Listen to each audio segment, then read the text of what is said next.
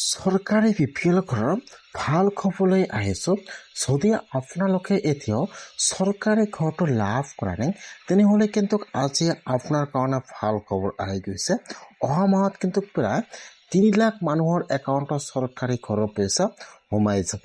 এতিয়া যদি আপোনালোকে চৰকাৰী ঘৰৰ কাৰণে এপ্লিকেশ্যন কৰিছিল আৰু আপোনালোকে এতিয়াও চৰকাৰী ঘৰটো লাভ কৰা নাই তেনেহ'লে এতিয়া আপোনালোকে কেনেকুৱাকৈ চৰকাৰী ঘৰৰ নতুন লিষ্টটো বা ভেৰিফাই লিষ্টটো চেক কৰিব যে আপোনালোকৰ নামটো লিষ্টত আহিছে নে অহা নাই।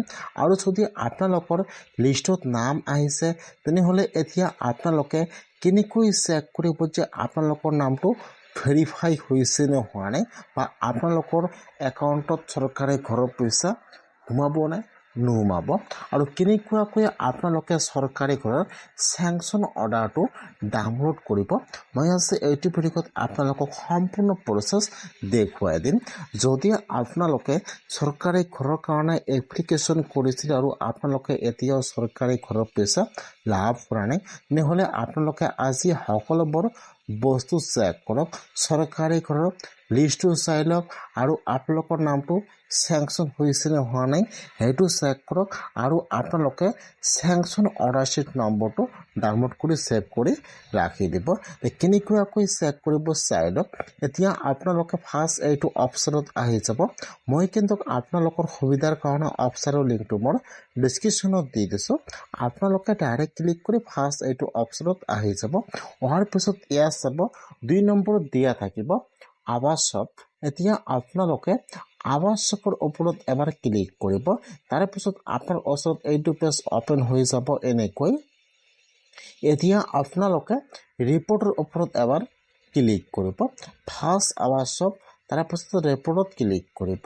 তাৰপিছত কিন্তু ইয়াত আপোনাৰ ওচৰত আৰু এটা নতুন পেজ ইয়াত অপেন হৈ যাব এনেকুৱাকৈ।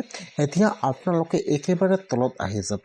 তলত অহাৰ পিছত ইয়াত চাব, ইয়াত যিটো এছ নম্বৰত অপশ্যন দিয়া থাকিব ছ'চিয়েল অডিট ৰিপৰ্ট, ইয়াত যিটো এছৰ 1 নম্বৰ অপশ্যন দিয়া থাকিব বেনিফিচিয়াৰী ডিটেইলছ ফৰ ভেৰিফিকেশ্যন।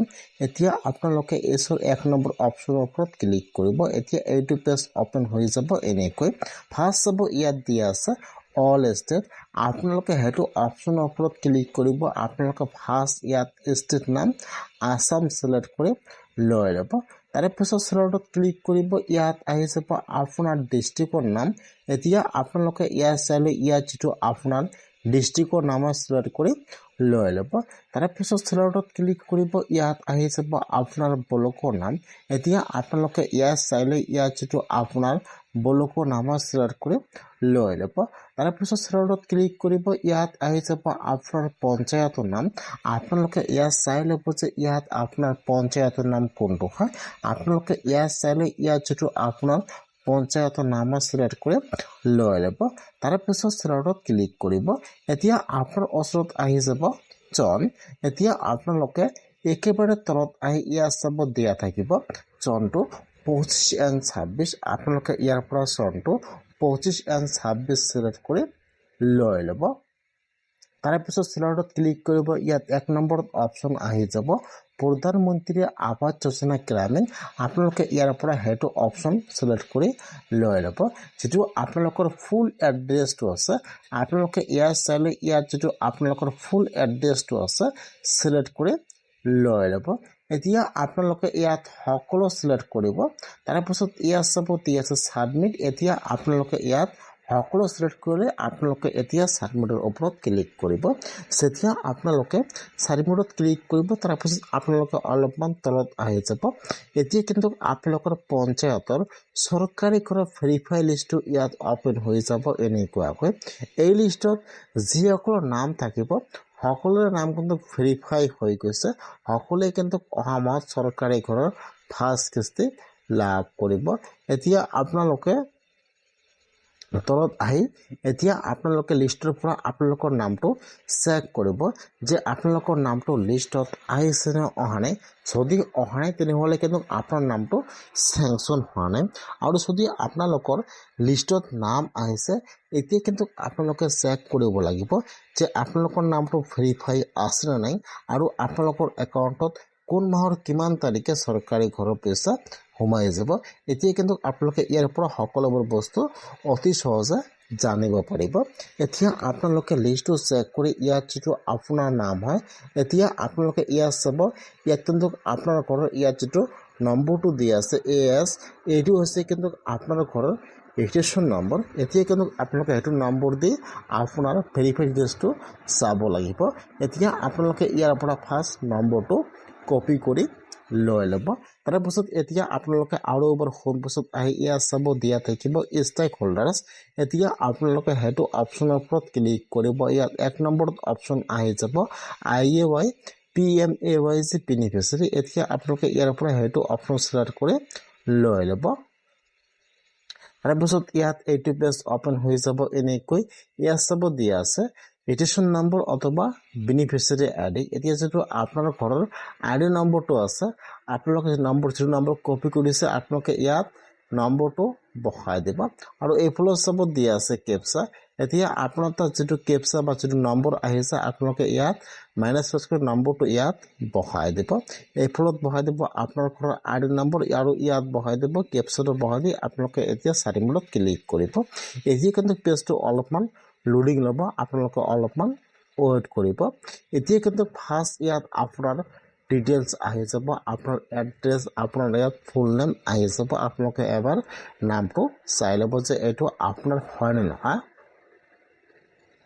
এতিয়া আপোনালোকে ইয়াত নম্বৰটো চোৱাৰ পিছত অলপমান তলত আহি ইয়াত চাব দিয়া আছে হাউচ ষ্টেটাছ। ইয়াত চাব দিয়া আছে হাউচ চেংচন। তাৰ মানে কিন্তু আপোনাৰ ঘৰটো চেংচন হৈ গৈছে, আপোনালোকৰ একাউণ্টত চৰকাৰী ঘৰৰ পইচা অতি সোনকালে সোমাই যাব।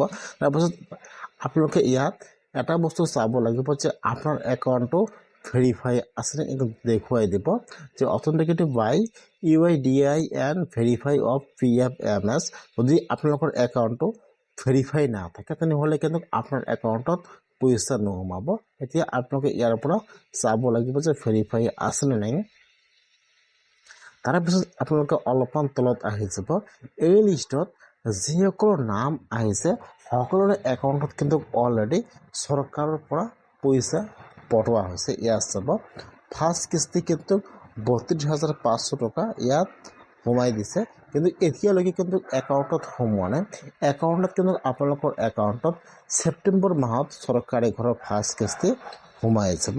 সেইকাৰণে আপোনালোকে ইয়াত সকলোবোৰ বস্তু চাব লাগিব যে ইয়াত আপোনাৰ সকলোবোৰ বস্তু ভেৰিফাই আছেনে নাই। ইয়াত কিন্তু আপোনালোকে চাব দিয়া আছে যে ইমান তাৰিখে আপোনালোকৰ একাউণ্টত পইচা পঠোৱা হৈছে, কিন্তু আপোনালোকৰ একাউণ্টত এতিয়াও সোমোৱা নাই। আপোনাৰ একাউণ্ট কিন্তু ছেপ্টেম্বৰ মাহত চৰকাৰী ঘৰৰ পইচা সোমাই যাব সকলোৰে একাউণ্টত। প্ৰায় কিন্তু 3 লাখ মানুহৰ একাউণ্টত চৰকাৰী ঘৰৰ পইচা সোমাই যাব ছেপ্টেম্বৰ মাহত। এতিয়া আপোনালোকে আৰু এবাৰ সম্পূৰ্ণ এইফালে চাব দিয়া আছে ডাউনলোড চেংচন অৰ্ডাৰ। এতিয়া আপোনালোকে ইয়াত আপোনাৰ প্ৰফাইলটো অ'পন কৰি ইয়াত যাব, ফাৰ্ষ্টত দিয়া থাকিব ডাউনলোড চেংচন অৰ্ডাৰ। এতিয়া আপোনালোকে ডাউনলোডৰ ওপৰত ক্লিক কৰিব। এতিয়া কিন্তু আপোনালোকৰ ওচৰত বা আপোনাৰ মোবাইলত ইয়াত চেংচন অৰ্ডাৰটো ইয়াত ডাউনলোড হৈ যাব এনেকৈ। এতিয়া আপোনালোকে চেংচন অৰ্ডাৰটো ডাউনলোড কৰি ছেভ কৰি বা প্ৰিণ্ট কৰি ৰাখি দিব। এইটো কিন্তু আপোনালোকৰ বহুতো কামত প্ৰয়োজন হ'ব। সেইকাৰণে আপোনালোকে এনেকৈ চেংচন অৰ্ডাৰটো ডাউনলোড কৰিব লাগিব।